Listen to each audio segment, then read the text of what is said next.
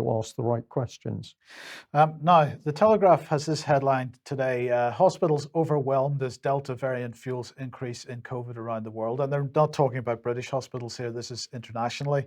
But the narrative from the headline is just to plant that little seed that hospitals are being overwhelmed. And that could very well happen here as well. But the question, we've been talking about the situation with hospitals being overwhelmed as we speak around the UK and certainly around England and Wales. And asking why that's happening. And we've seen a couple of headlines over that. This is from a couple of weeks ago. Fresh questions over 21st of June reopening as NHS boss warns hospitals going at full pelt with non-COVID backlog. Well, that could mean anything. Non-COVID backlog might be operations that haven't been carried out because of the reorientation of the NHS to COVID and ignoring everybody else. Or it could be vaccine adverse reactions because they're non-COVID as well.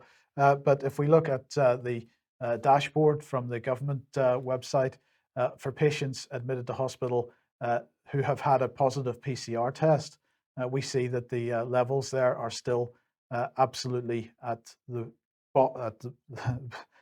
completely low levels. So the question is still, why are the hospitals full?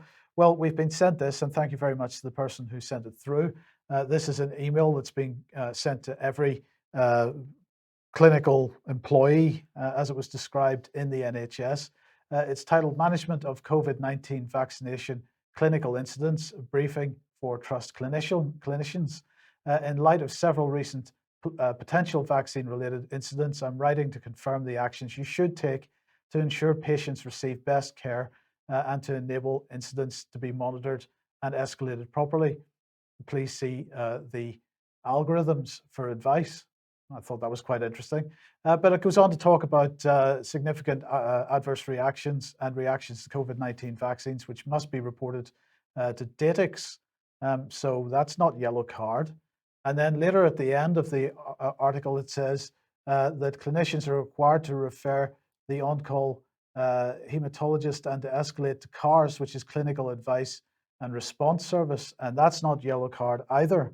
So this is an email that's literally just in the last couple of days been sent around every clinician in the NHS, and there's no mention of when they come against an adverse reaction that should be reported to the yellow card system. I thought that was interesting. But let's have a look and see what DATIX is. First of all, this is incident reporting on DATIX. This is, I think, from Shropshire Hospital Trust. And it tells them what they should report, why they should report an incident, how they should report it.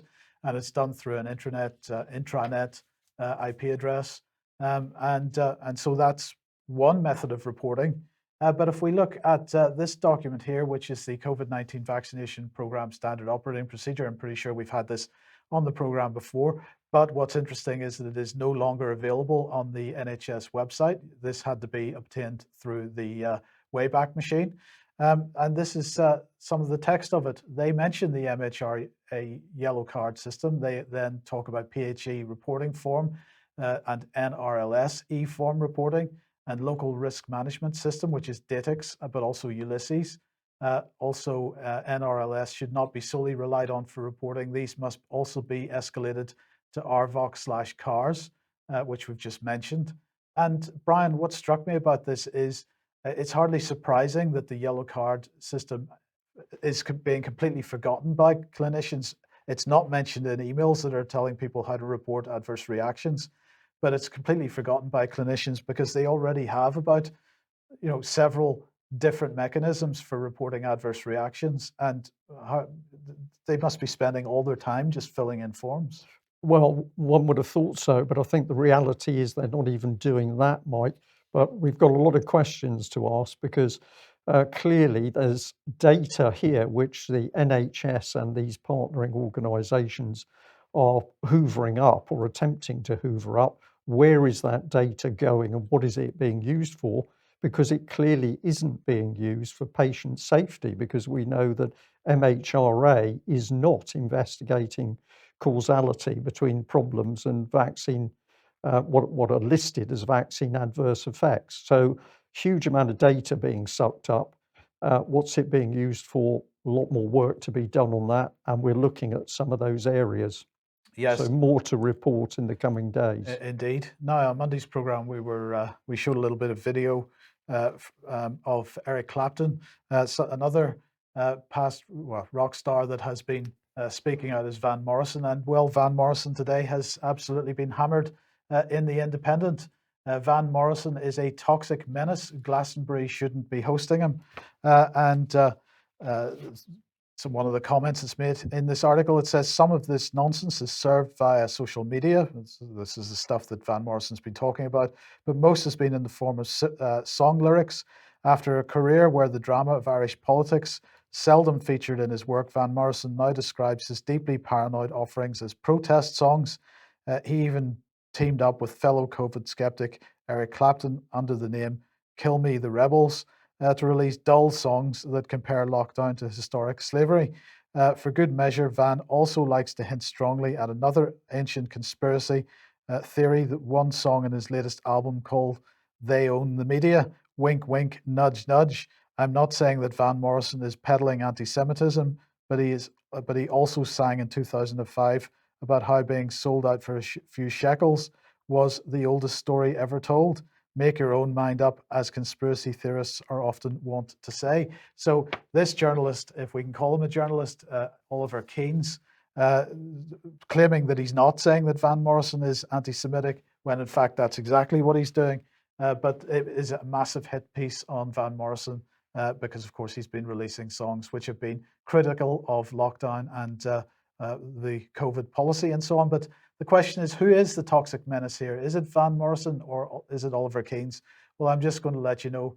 This is the journalist here. Ollie Keynes is a disco DJ from London and a resident with Queer Party Collective, Little Gay Brother.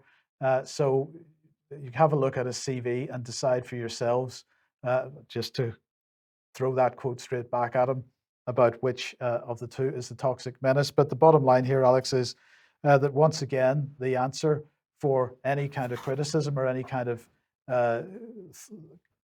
commentary on the policies that are in place is to cancel people rather than to actually comment on their criticism or engage in a healthy discussion. You know, the younger viewers and foreign viewers among us might not be fully aware that Van Morrison, well, obviously many people will know that he's a pop music icon from Belfast, but they might not be aware that certainly in the 90s, broadsheet journalism, the serious chat shows on TV would always give a nod and a wink to what cultural icons like Van Morrison were saying. And whether they were left, right, or centre of the political spectrum, serious political commentators and journalists would talk about the rebel tradition. And yet we go forward to the book which we've publicised recently, Laura Dodsworth's new book, State of Fear, the runaway bestseller that covers a lot of UK columns ground about the use of SPIB fear tactics on the population. And when she's speaking to an anonymous scientist in Whitehall, the scientist says these SPIB characters do not like rebels. They like conformity. They wouldn't have liked Rosa Parks. Rosa Parks didn't stand up and get off the bus. And I know this is a piqued comment by an annoyed scientist who sees himself passed over by the new wave of behaviorists. But it does show something very deep, tectonically shifting in the British commentariat, that suddenly Van Morrison is yesterday's man. And the subtext is he's from an irritating past generation that didn't know when to shut up and pull their forelocks at government. Yes. Okay. Well, let's move on to this then. This is the School of Health and Related Research at the University of Sheffield. And they've been taking a look at the use of do not resuscitate orders during the first phase of the lockdown and so on. And so let's just have a look at what they said. We found that 31% of adults admitted to hospital with suspected COVID-19 during the first phase of the pandemic had a do not resuscitate decision recorded on or before their day of attendance, after excluding those who could not be classified. They went on to say most patients, 59.4% with an early do not resuscitate decision, survived to 30 days, and 11.6% received some form of organ support. These findings show that potentially life-saving treatments were provided to a significant proportion of people, potentially addressing concerns that do not resuscitate decisions may be conflated with, quotes, do not provide active treatment. So that seems like a positive statement. But then it goes on to say this, the use of invasive intervention, particularly mechanical ventilation, in people with a do not resuscitate decision was an unexpected finding. So they are quite positive about the fact that people with DNRs placed upon them were receiving some form of medical intervention, but they were surprised to find that mechanical ventilation and invasive intervention of this kind was used when there was a DNR in place.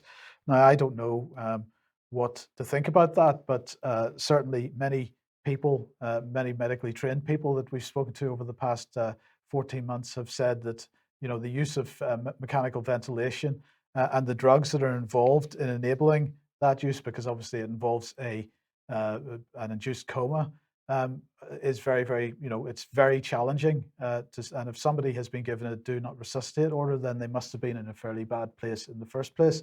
So my question is, what would the effect of putting somebody like that on mechanical ventilation have been? Yeah. Could it shorten their life, possibly? That's the question. Yeah. Yes, indeed. Indeed. Okay, Alex, back to you.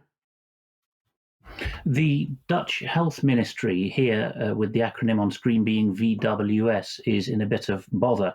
Even the Dutch equivalent of the BBC, NOS, is reporting that the Dutch Audit Court, or Audit Chamber, but usually called Audit Court in Dutch, has found that it spent 5 billion euros, 5,000 million euros, unlawfully on COVID material. And that's the headline that's on screen. And we can zoom in a bit on the image there and find that the key paragraph is that if you go back to that, Yeah, is that 5.1 billion euros of taxpayers' money has been spent on COVID material such as masks, respirators or ventilators, depending on which part of the English-speaking world you're from, and tests. So at least one of these points is overlapping with what you have just reported. 40% of that material cannot be properly accounted for. The auditors, which is a separate branch of the Dutch government, as often on the continent, have gone through and found that there's no invoices and no delivery receipts at the hospitals or storage centres for much of this material. Now, the next slide gives a little more detail. That was a month ago, and now this has become a hot potato this month, June, in Dutch politics, because NOS, in a follow-up report, has, even though it's a cheerleader for government in most of these matters, has looked at the 25 costliest big-ticket items that the Ministry of Health and Welfare has spent on in the COVID crisis. And you can see on screen the costings, A to E, of the top 5. E and C together are the ones people would think of straight away. These are the 5 most expensive COVID deals. So E, 1/3 billion euros for buying vaccines. C, 800 million euros for vaccine implementation. D, in between them, 336 million euros, is making test equipment available to labs. B, at 835 million euros, is performance of contracts with COVID test labs. But the runaway number 1 here, at just shy of 2 billion euros, is spending money on the National Resources Consortium. And the resources meant here are backup resources. And so in many cases, it seems to be, as you can see from the images that were just shown there as well from the press reports, a case of backup equipment, stores of masks and respirators or ventilators that in some cases didn't get to the hospitals, and in some other cases appear not even to have made it as far as the national storage centres. There's very little animus in the Dutch Parliament at the moment to pursue the Dutch minister responsible, Mr. De Jonge, who also, by the way, has been the implementer of Scotland's named person policy in the Netherlands. We've reported on that in the past. But at least one of the rising dissident parties, the same party led by Mr. Baudet that David featured last week, asking other awkward questions, are starting to ask questions about that. And the MP in question is a former civil servant. So watch this space. Several continental countries have had scandals of this kind. In Germany, several national and regional politicians have been caught out investing in mask-producing companies in China just before masks became obligatory. Yes, so clearly somebody's making lots of money here. Yes, Alex, I was just going to say, was it just to do with masks and physical equipment, or was this also to do with written material handed out? Because this seems a huge sum if it's simply to do with masks and ventilators, nearly 2 billion euros. I haven't seen any distinct reporting that public campaigning materials and education is part of it. I will try to follow that up, but the Dutch are very sceptical of such